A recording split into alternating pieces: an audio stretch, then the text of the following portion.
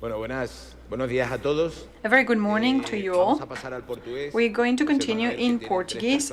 You'll see that we have three speakers who will speak in Portuguese, and I will be speaking in Portuñol, which is a mix between Spanish and Portuguese.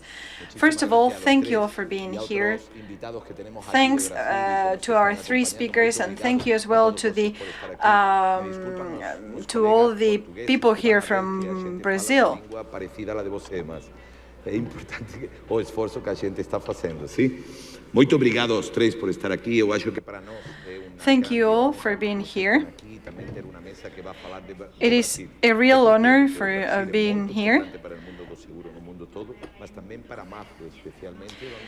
Brazil is very important for the world, but for us as well. Brazil is 18% of MAFRE in the world, or MAFRE Mundo. Yes, I was saying that MAFRE in Brazil is 18%, and so it is a great honor to be here. I would like to introduce our colleagues, Guilherme Brockman, who's the Director Managing Risk Management, DHL Latam. Thank you for being here. Then we have Rogério Coura, who's responsible for insurance credits for Braskem, and Christian Mendonça. He's the Insurance and Risk Manager for Brazil and South America of NOSC Hydro Brazil. In order to begin our session, I would like to talk about what does Brazil mean for your companies, and also I wanted to see what is the current situation of Brazil. So I would like you to talk about what is the current situation in Brazil and what's going to happen in the future with Brazil. So, if you want to begin. Well, first of all, I would like to say that it's a real honor to participate in a conference like this. I would like to thank you. Sorry for speaking in Portuguese, but that's something that has been required from me. It is hard to talk about Brazil. How's Brazil nowadays? Well, we've gone through some recent government changes. And let us not talk about politics, please, or football. Let us not mention those two topics. So what is still missing in Brazil at present? Well, I believe that Brazil, in short, will try to make some changes in the parliament and in the government, but the government does not have any majority. But I'm pretty sure that the social security reform that is so much needed for us to keep on growing will probably be passed in October after much debate. And we believe that after that the country will resume its growth, and it has all requisites in order to do so. Historically, all forecasts that were the worst have been worse, and the positive ones have been better. I'm a very positive person, and so I believe that the Brazilian economy will grow a lot more, and I think this will be win-win for our market, the insurance market. Having seen our previous presentation with reinsured companies, we've seen many pictures about infrastructures. That's something that I will talk about later. I'm an engineer, and we are really feeling that lack of investment in the country, and we need to have that investment back. An insurance company, it's very much involved in this growth in the engineering sector, and I think that's something that will happen again, hopefully. That's my expectation. A very good morning, and thank you for the invite. It is a real honor to be here. It's a real privilege as well to have been invited to partake in this roundtable with such an important and varied public. I belong to Braskem, and we are a petrochemical company. We have thermal resins, and we work in several locations in Brazil. So how have we seen Brazil for the past 5 or 6 years, or the market in Brazil? Well, as Guillermo has already said, we had a radical change in government in the last general elections last year. The expectations were very positive for a swift change that has not happened yet. So as Guillermo has already said, I believe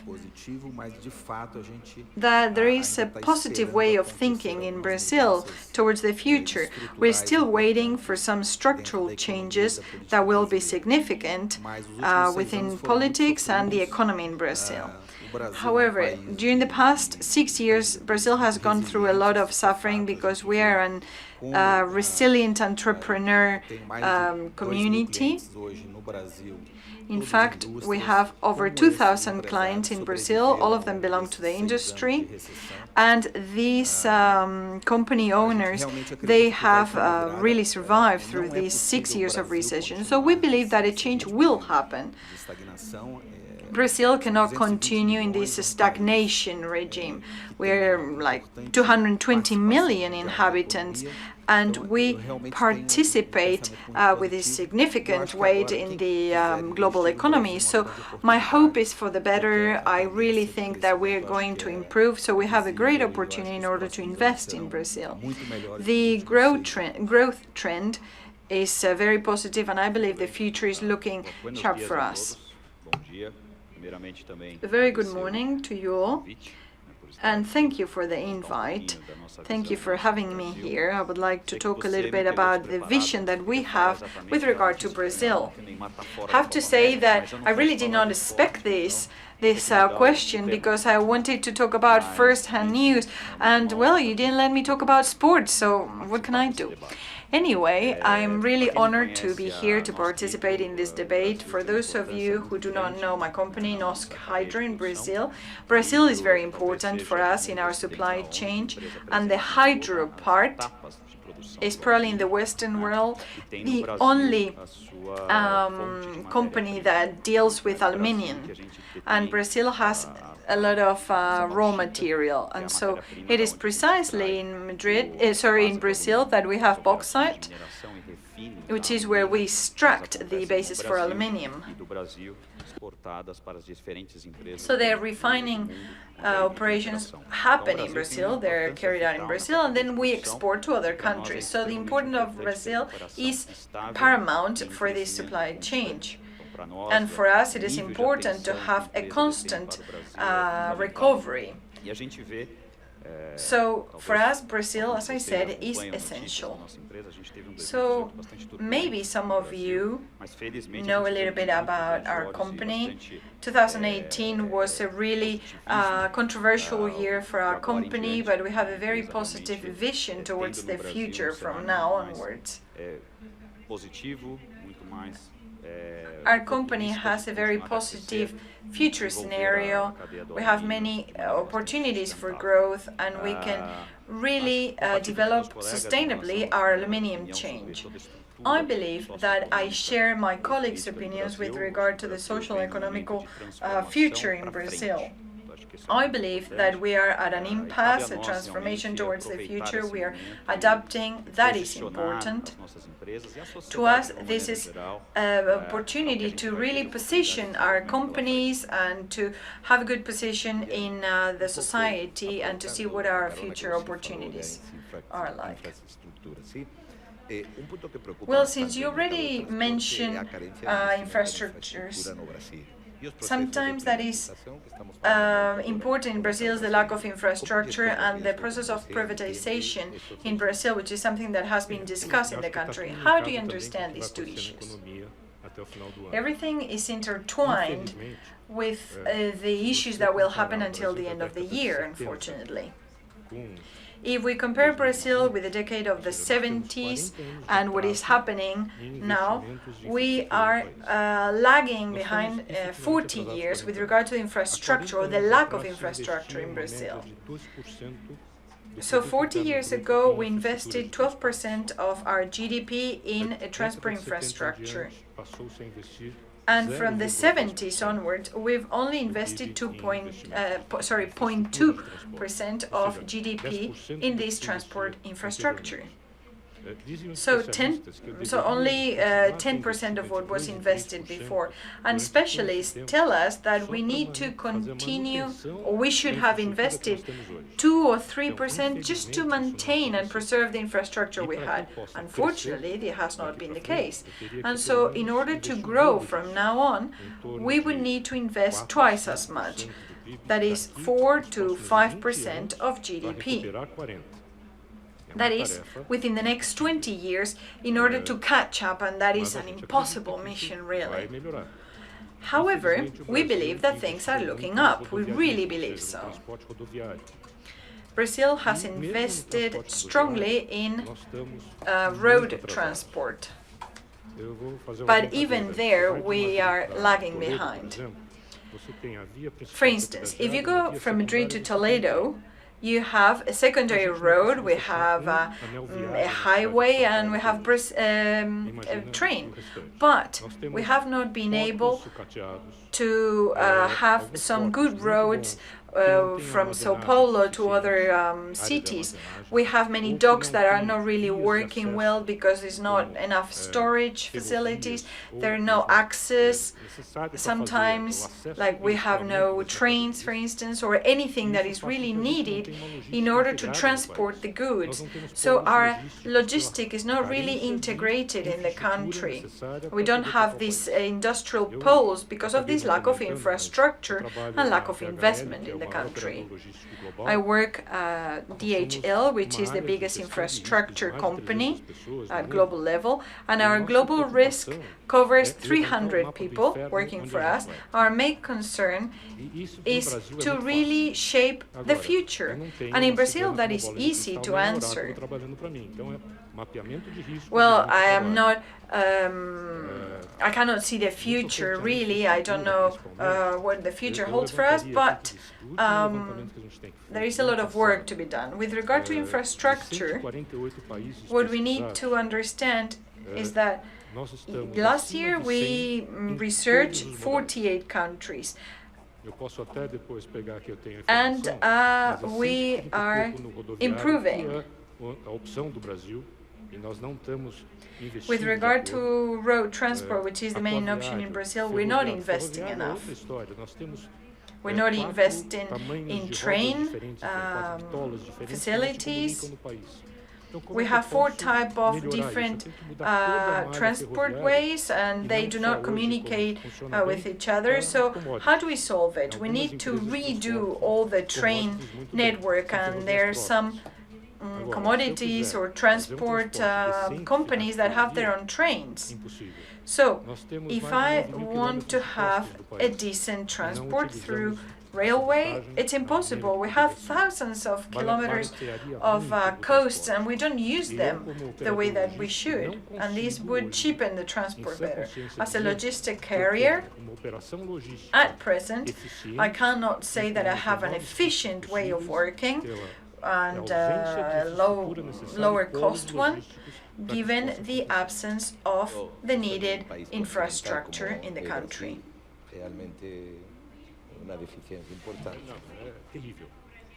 In a continental country like Brazil, this is important, isn't it?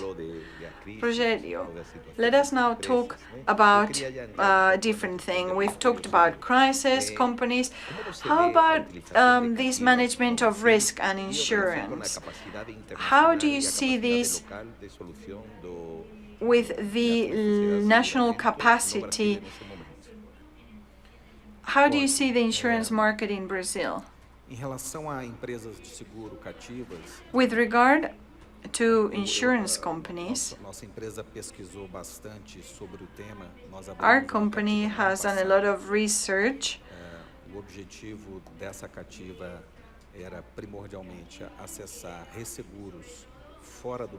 And we've begun consulting outside of Brazil,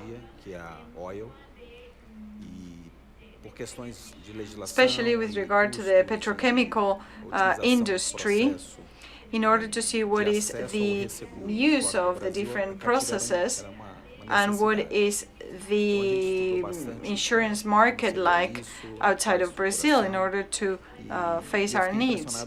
And we've studied a lot to see how we're going to structure it. And I'm very surprised because Latin America still has a lot of margin to grow. Things are looking up. And in Latin America, we have seen that we have a big niche, market niche, and I believe that we have around 7,000 in this niche. This recent market has really grown, and financial institutions and chemical industry and the sector of the pharmacy, it has a great potential for growth, same as the petrochemical company. Our numbers are very important. We're talking about billions of dollars, and our need for restructuring it's very important. Civil responsibility and liability is also essential, and so everything that has to do with insurance is like talking about great numbers. And there is a certain type of insurance that has allowed us to go far beyond Brazil. And I think this is an important engine if we know how to use it, because we can also work with other types of insurance.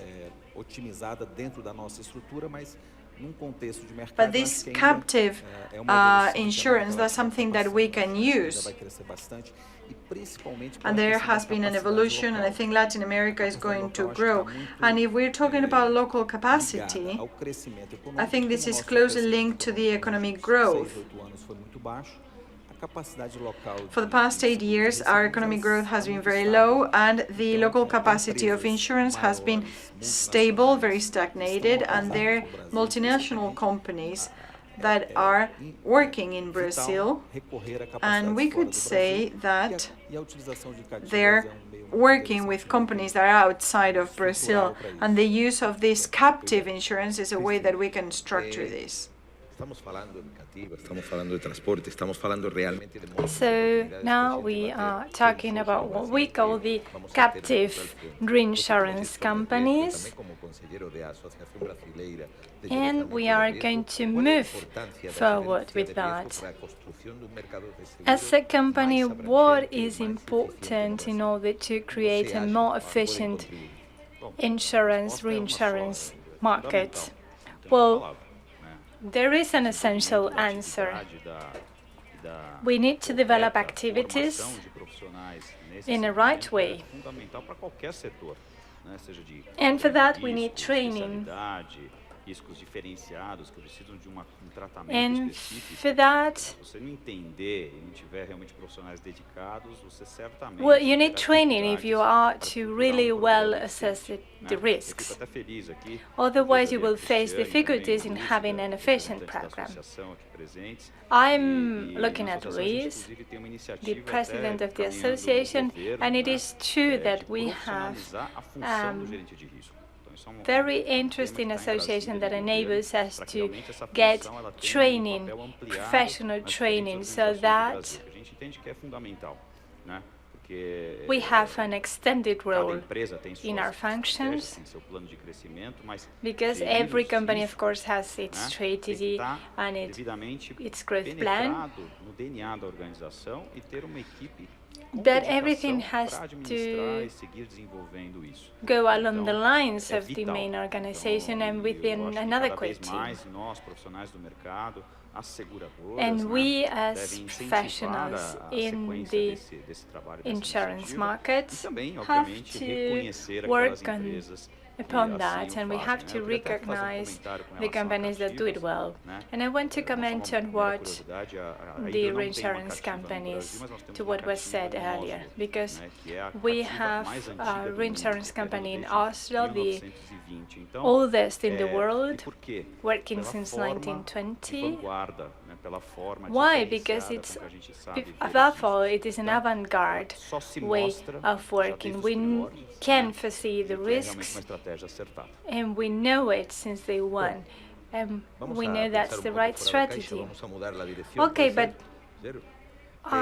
we are going to change direction. And with that piece of advice of risk management, we have to take into account that there are new risks, cyber risks. How can those risks have an impact in the various economic sectors and in the businesses?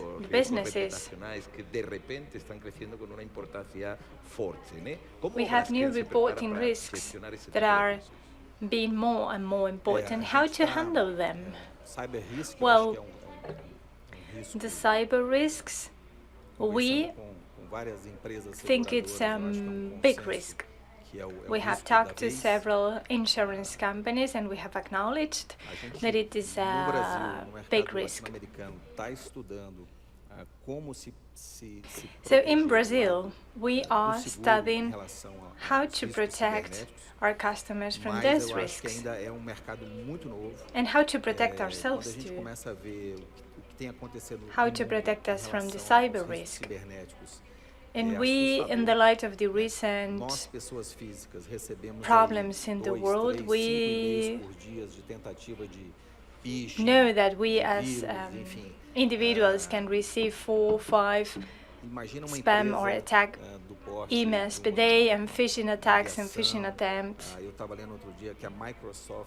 But imagine what a big company such as Microsoft or any aviation company can suffer more than dozens of attacks per day, or even millions of attacks per day. So imagine the tracking that needs to be done in order to track those attackers down. It's too far, so it's too fast for us. So it is essential for any company to buy protection against that and automate the processes. So if there is an abnormality, if something is abnormal, they need to be protected. This is delicate. We're trying to know what the features are. The features of the cyber risks in Brazil are. But we still need to mature it. We still have small coverages if we compare the coverage with the potential risks. The coverage is too small. We underwrote an insurance 14 or 15 years ago. It is very mature now, and we think it's a good work. So we have to follow that behavioral path: protection, provision, risk management, and our company is doing a great job in that. In, for example, changing computers, etc. Over 40% of the cyber attacks come from ex-workers of the organization, ex-civil servants, or ex-officers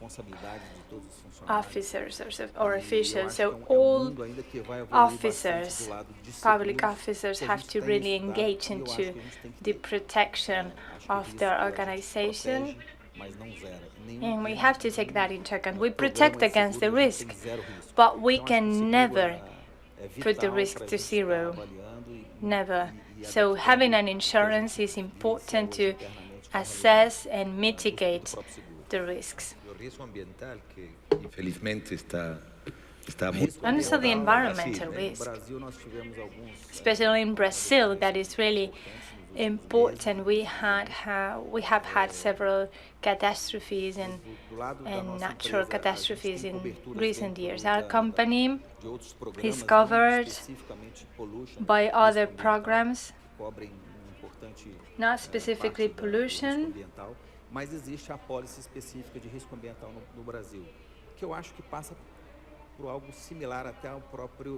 but pollution is there. So it's similar to cyber risks.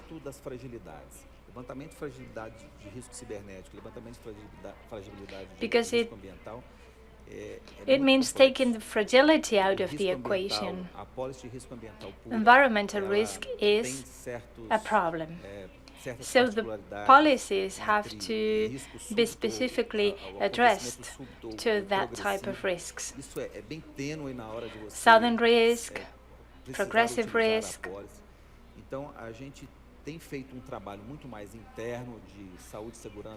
So we've done internal work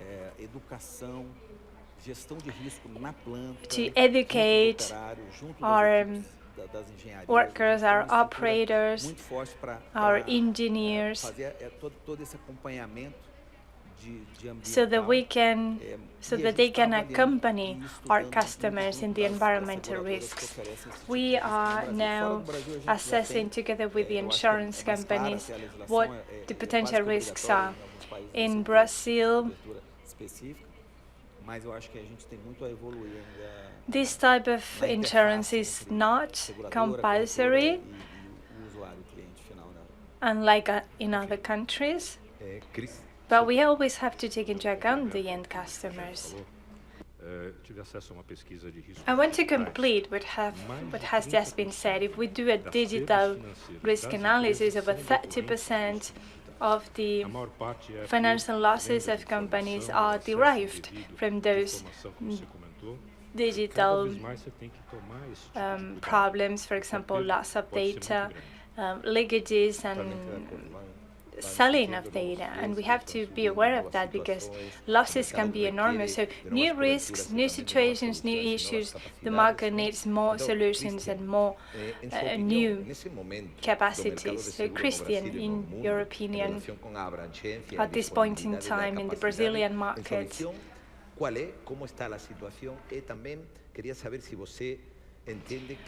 what is the situation now in your opinion, the capacity of absorbing risks? Do you think the regulation is changing at a regular pace? Well, these specialists in the previous session already talked about it. Brazil is nonetheless a different market. Brazil nevertheless follows the trends. In recent years, the trend has been towards stability, even if we have some regional varieties, regional variations that have been erased over time. But the big national insurance company is just one. But there are some transnational insurance companies that are welcome in Brazil, such as Mapfre. But the discipline of protection has changed. We are now experiencing a different market, and that is reflected also in the national Brazilian market. The environmental risk is higher than others. This is, of course, critical in Brazil. So my suggestion for insurance companies is not to rely on fake news.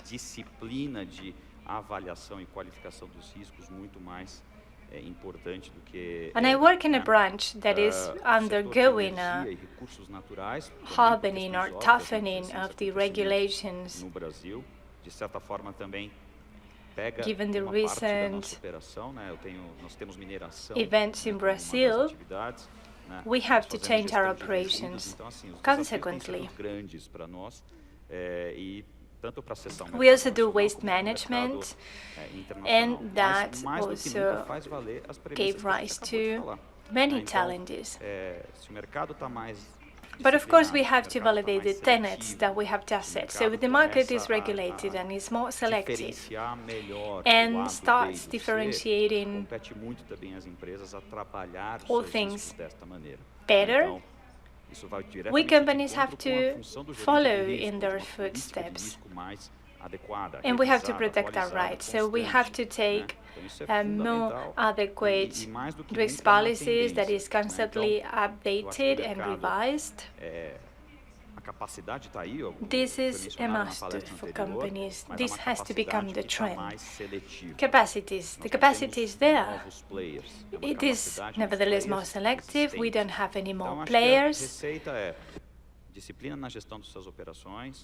We need to have more capable players, and we have to reinforce the alliances, the partnerships, and we have to strengthen our relationship with the market. That will strike a difference, that will make a difference between having an insurance or not having an insurance, and we need to talk to the customers about that. We need to keep on developing customized solutions that are adequate to the risk we have instead of speculating. Well, now you've thrown the ball back to me. So the ball is in my field, but I think I can summarize what you said. So we need to reinforce alliances and partnership. That's music to my ears. That's what I wanted to hear. Dobrar o pescoço para cá. Vamos lá, Guillermo.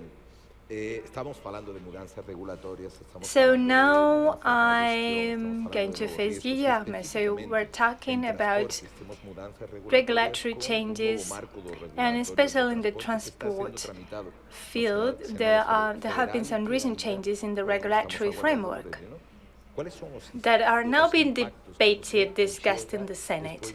What are the impacts that you foresee upon the passing of that law? Well, that regulatory framework is going to be passed, yes, but it is not enough for Brazil's needs. Because, well, I don't want to talk about the carriers, because otherwise I'm gonna get into a fight with people in the audience. Let me just say that many changes have been introduced in the regulatory framework. But I will focus on the insurances. So we were forcing the carriers to underwrite insurances that were not compulsory, and also to insure the fleet that was not compulsory either. But basically the experience for Brazil is all the more evident in what relates to stealing the freight.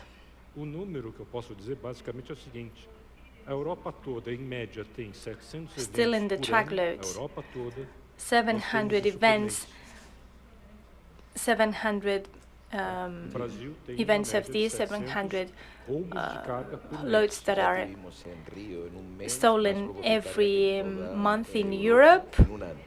In Brazil, it's 700 per day.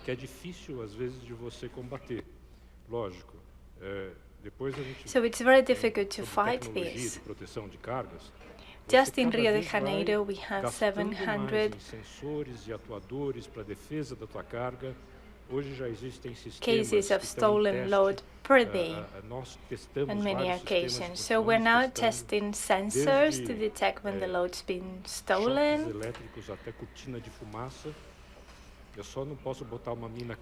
Smoke curtains and electrical unloading to try and protect the load.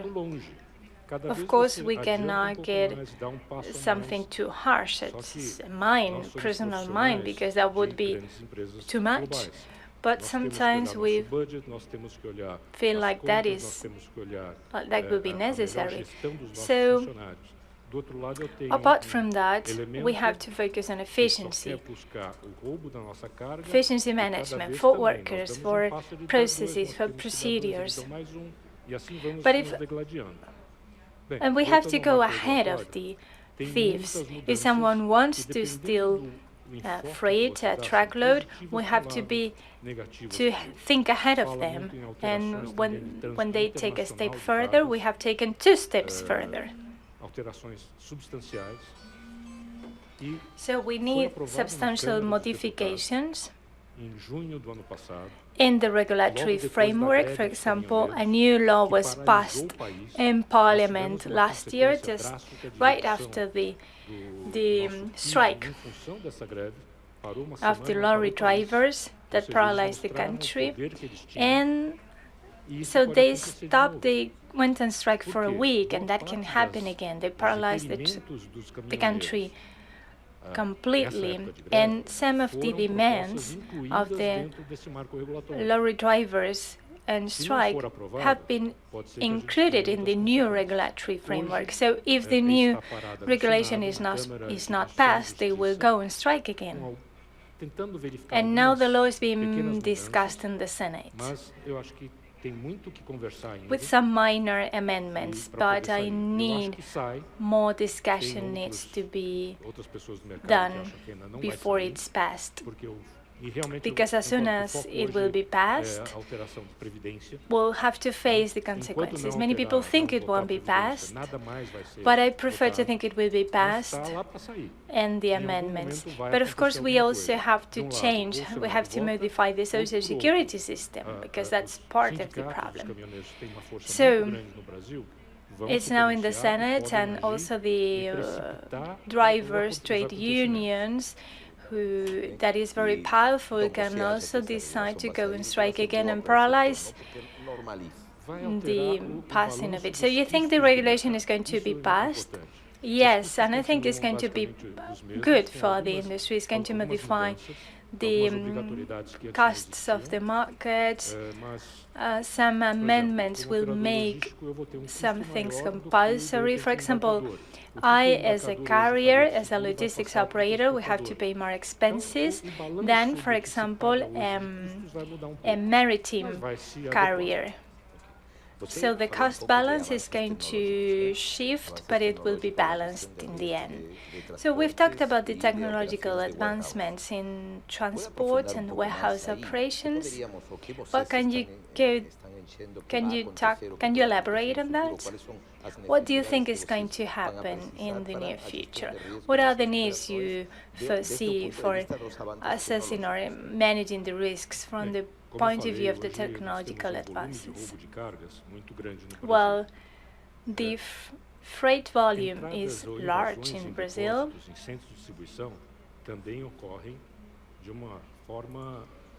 Distribution centers and exports and imports, the thief that steals a load during weekdays will also seize the opportunity during the weekends, because there are fewer people to watch it, and we have to take that into account.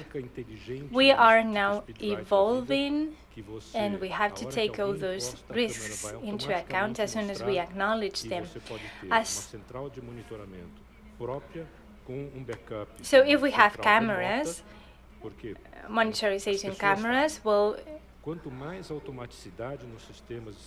that's better than having watchmen, because watchmen sometimes fail, but if we have cameras, they don't fail. So, for example, we need to go for cameras. And also, well, of course, if you have a fire, you can have an incredibly good fire brigade, but first you want to prevent it, to prevent a fire from going on. So, in some, you have to automatize things. You have to render as much as you can. You have to render everything automatic, as much as you can, at least. So in Germany, for instance, and in Asia and the United States, we are constantly evolving, and we are automating everything, and we are bringing systems that protect our way of working. Christian, next. Let's get back to capacity. How do you compare the market in Brazil, since you have experience in other markets, with regard to the strictness of the regulation?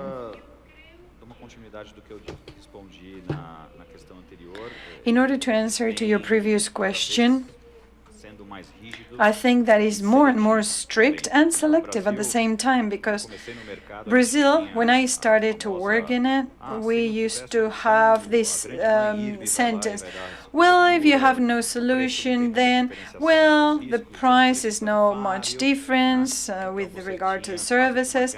So you had kind of a guarantee to find a solution. So the quality was up for discussion, but if you had some coverage, then you could read in between lines because you would get the client. So the difference between the submission in fate and in market, that is something that did not exist in Brazil. But things have changed a lot. We have international companies, we've opened this insurance market in Brazil, and that has intensified the way that people work like. So we are now at a transition moment. Just a few years back, the level of investment of insurance company in Brazil, they had some local authority, so to say, because it allowed us to implement some solutions that sometimes would deviate from international trends. For instance, the part of liability, that was something different in Brazil. We were more favorable towards these kind of solutions as opposite to what happened in the rest of the world. And now we're more aligned with regard to the international market. So now we have a local subscription or underwriting, and now we need a global approval. For several risks and specialties, that's something that has happened very often. So we are now at a moment of transition, as I said. So once again, we need to adapt. We need to plan, and we need to have a different approach in the market so that we know exactly how to sail through this specific market. I was talking to my colleague Elena, who's here, about the different risks in Brazil. We have different experience in the sector, but now things are looking up in Brazil if we compare it to what was happening 15 years ago, and now things are looking different as well. Now we need to adapt. In Brazil, but also in the world. In Brazil is very specific, it's something that we are now discovering it. Before, the things that we did locally, they do not work any longer. Or for instance, global solutions that used to work before, then in Brazil we are, as I said, in a phase of transition. Rogério, let us go back to the risk management, because we've talked about it, we've talked about prevention, how to get ahead in the market. So with regard to this risk, what should be the importance or the role played by insurance company or people who work in the insurance company in order to support this? So what should be the role in Brazil? It's a very good question, actually. When people enter into a policy, this is not a unilateral type of product. I think that in this type of product come together the goal of avoiding a loss or a claim. I believe that the insurance company in this regard plays an important training role, so to speak. MAFRE, for instance, is present in different countries, different types of insurance, different type of losses and claims. And I believe that even though people do not want to have a claim or a loss, then we've learned a lot about what is the relationship between the insurer, the insured party, the broker. And so we need to work as a team. And we need to really invest and train on the financial market. And I think that now that is something that is very valuable. The training in the area of economy or mathematics, I think that is essential in these activities that we are carrying out. And the investment is very high. I believe that people need to invest in our domestic client, and we need to train them with regard to best practices, risk, and there are many big insurance companies that have a lot of capital with regard to that, because they need to understand the statistics, the data, the numbers, the historical data, the examples, and all of this needs to be worked on as a team. The insurance company, they need to be inside us, and we need to really understand how to fit the two parties, because as I said, I believe this is a very close bilateral relationship, and that is something that should be win-win. And we really need to make a rule out of that. So the investment in professionals is essential, and I think that is something that Brazil is still lacking with regard to the risk management. It could be within a company that only has 5 or 20 people, and within different companies, that is something, this training needs to be given from the basic workers to the CEOs. We're talking about all sorts of risk. Treasury, we need to show to HR, to everyone, because we need to understand what are the transactions that we are carrying out on a daily basis. And we need to learn this together with insurance company. That would be even more positive if it was more intense. That is, to spend a few days at a professional school or a training facility. That would be very welcome, and I think it would be win-win for both. It would be a bilateral relationship, as I said, because I believe that is something that we don't usually talk about as if it was a virtual thing, because we believe that if we improve training, results will be better for both parties. Companies will have less claims, so they will have to stop their business less often, and I believe this type of investment is not money spent, but rather money invested. So I think we need to work closely with our insurance company. I believe that people really assume that we can help in both ways. On one hand, we can help them with our empirical knowledge, but also the know-how, the expert knowledge, because we have a lot of knowledge, and sometimes we talk about learning best practices. Well, I believe we can also learn from mistakes that we make, and sometimes we make them together in other areas. And that is something that I take as homework for me, because I think that in the future we will work closely in order to adapt what you just mentioned. An event like this one, this networking, or to talk about the talks that we've had, or to talk about the realities. I believe these type of events are very important. It should become a routine for the insurance companies. We are participating in this type of events, and we are sharing information and best practices. And I think we would all be improving with this. I believe that it would be for our mutual improvement to do so, because insurance companies, they already do it. And I believe that would be win-win for our associations. For instance, I'm talking about the one that I work for, because having this type of workshops, if we organize them more often, then we will learn better on how insurance work and work.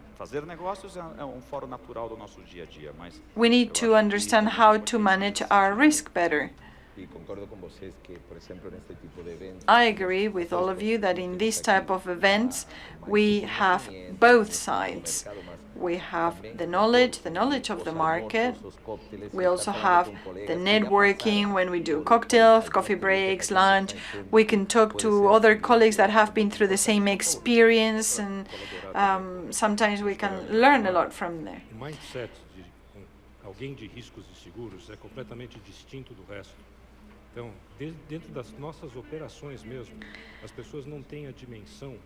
I think that we sometimes think differently because people from the outside of this sector, they think differently, and sometimes we are lacking knowledge. Let me give you a practical example.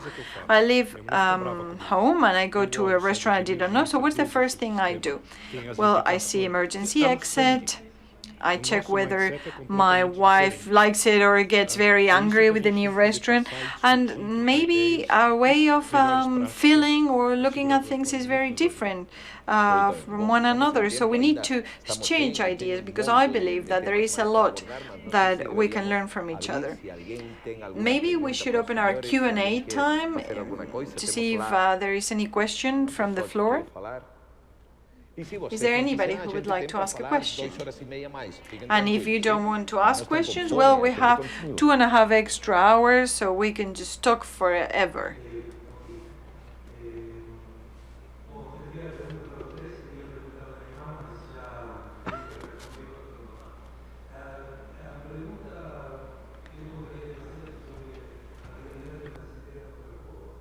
I would like to ask about Brazil's reality with regard to transport.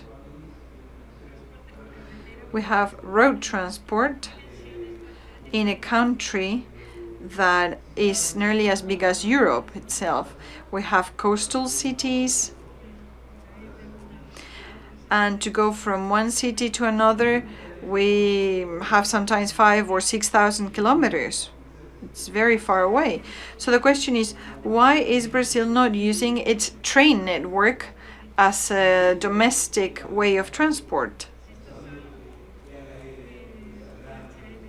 Is this something that DHL, for instance, which is a big company, could use? Do you know why this has not been done? Is there any possibility for this to change? I think the question is for me. From the very beginning of this train transport, there has not been whole management so that we could be interconnected among the different train networks that have been built in Brazil. So what do we have ahead of us for the future? So in 1 or 2 weeks, we will have some train networks that are going to become available in the market of Brazil. That has already been planned. One of the main things is that we need for trains to have the same wide of the railways. It would be much cheaper, easier to protect as well, even when there is theft of the goods. So there is a need in this country, and that's something that is already drafted in the infrastructure plan, because we need to have a better balance with regard to different transport.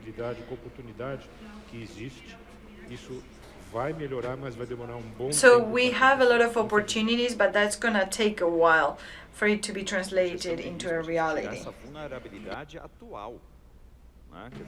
With regard to risk management, we need to take into account the vulnerability of this type of transport in Brazil. Now we are really afraid, and we can use that to do some political leveraging.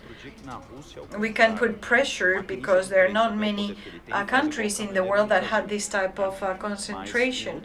Just the other day I learned that it's the same in Russia with regard to the rail driver.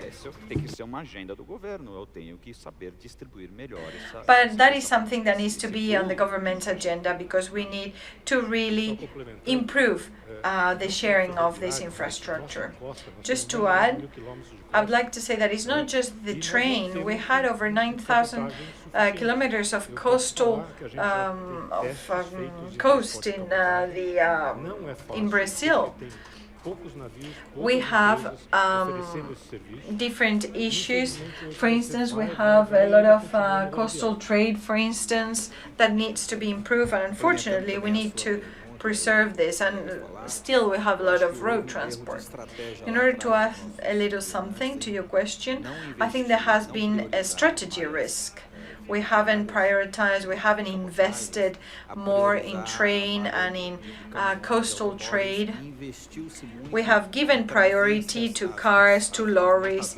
We've invested a lot in other type of issues because it created industry and employment. But in the past, we should have invested more. Now we have some building facilities and manufacturing facilities, and that is something that was invested in more instead of investing in the rail infrastructure. So we need to take a step back and to really improve this type of transport, because it's a real requirement. This has to do as well with the building of concrete.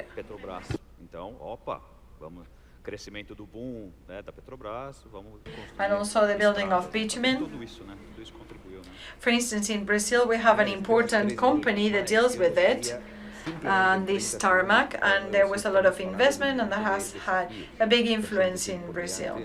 We have only 30 seconds left. We've talked a lot about the challenges that lay ahead of us.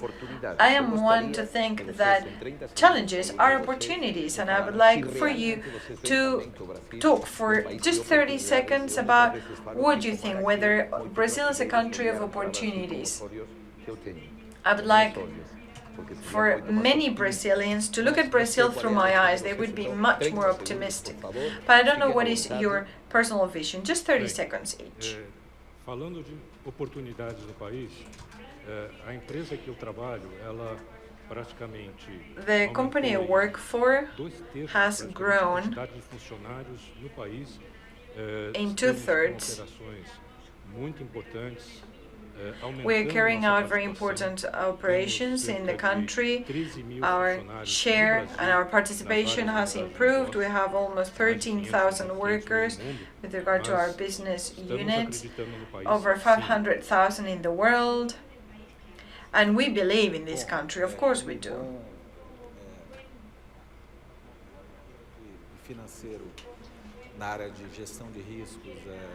As a good financial expert with regard to this risk management, you are more optimistic than I am, but I am very optimistic as well, and I have a positive way of thinking. I believe there should be no mistakes.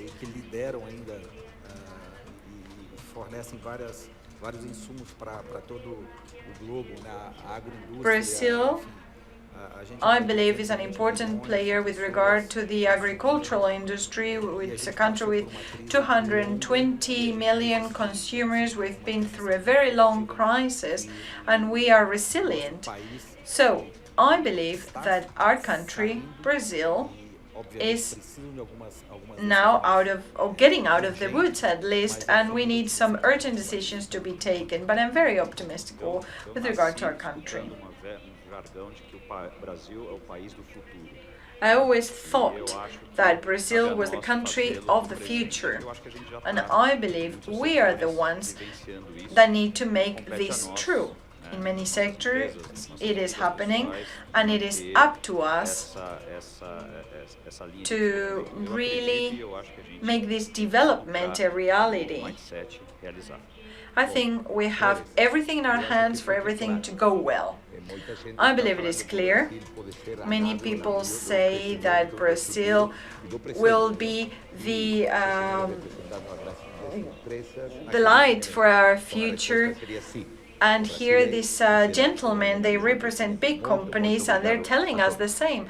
Brazil will be the one that will guide our future and our growth towards the future. Thank you.